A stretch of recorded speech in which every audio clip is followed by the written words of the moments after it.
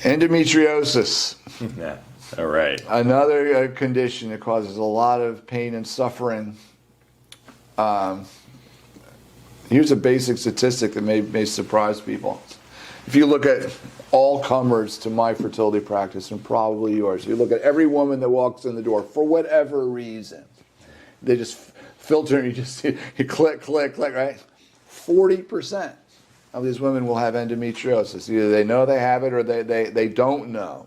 But just as a general rule, 40% of patients are going to have it. It's hard. It's virtually impossible to diagnose without surgery. It's virtually impossible to treat without cutting it out completely. That's been a controversy over the years, whether you can burn it out or need to cut it out. And I think the excision people, me included, myself included, I think the only way to really get it all is to get it all. Yeah. But then the next question, if it's not for pain, certainly, that's the case. You got to get it all and get it off all these sensitive areas.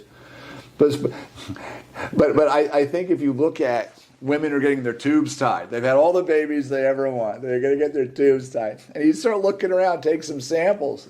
Like 15% or a good number of them, let's just say plain English, are going to have endometriosis that didn't seem to affect their fertility and cause them pain.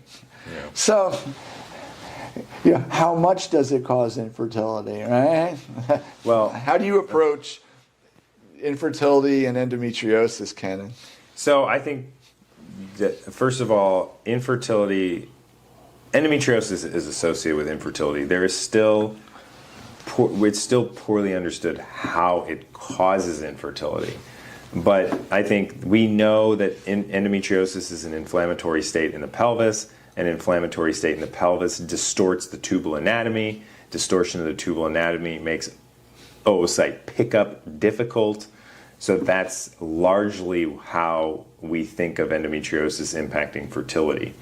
There are also some studies in animal models suggesting that there is direct impact on the quality of the oocyte, there's direct impact on the endometrium, and then there is some direct impact on sperm and its ability to transit through the genital tract. So to explain this to people, in the woman's pelvis, there's this fluid. Everything's kind of happening in a salty water environment. Eggs are floating around this fluid, sperm, embryos, and this fluid is inflammatory. And if you take that fluid out, and I believe studies were done a long time ago, if you take that fluid out, and it's usually dark, we call it port wine fluid, where it should be thin and what we call straw-colored fluid. And you take that fluid, put it on some sperm in the lab, they're not happy. You put it on an egg, you put it on an embryo. So we know this toxic environment can, at least in some cases, impede the whole process of egg pickup, fertilization, and whatnot. So you suspect a woman has endometriosis, but her tubes are open. Right. Or probably open, probably functioning. She's never had a horrible pelvic infection or a ruptured appendix or a horrible trauma. And you think the tubes have a chance of functioning, or she's gotten pregnant before. How do you approach that? You think this woman has endometriosis, but her issue is trying to get pregnant, not pain. I think that's the last thing you said is very important. Anybody with endometriosis, you're always having a conversation is, what is your goal? Is your goal to get pregnant, or is your goal to have pain relief? And you could try to push them to answer that, pick one. And most of the time in our clinic, if you're sitting in front of us or across the screen on the telemed, usually you're saying it's pregnant. Your goal is desired pregnancy. So I start there. Because, for example, if you have 12 months of unprotected intercourse, your tubes are open, sperm is normal, you have regular periods, but at the same time you tell me you have painful periods, you might have endometriosis.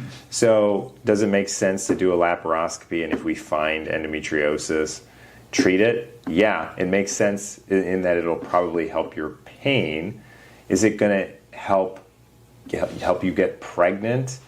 I think the famous Endocan study and then another smaller Italian study after that in the late 90s demonstrated that you would have to subject 44 people to laparoscopy to get one additional pregnancy. Yeah. So It's called number needed to treat, NNT. yeah, exactly. So I don't usually offer laparoscopy to diagnose endometriosis unless the patient has a strong, like, family history, is really curious, needs that information to feel more comfortable moving forward, does really want to focus on pain more so than pregnancy. Otherwise, I will just treat them with Clomid IUI and then move on to IVF if they're not pregnant after a couple cycles. That sounds pretty standard. Yeah, that's very. The most can agree on that, which leads, we can talk I could talk to you, Ken, for hours and hours, and I'm really enjoying this.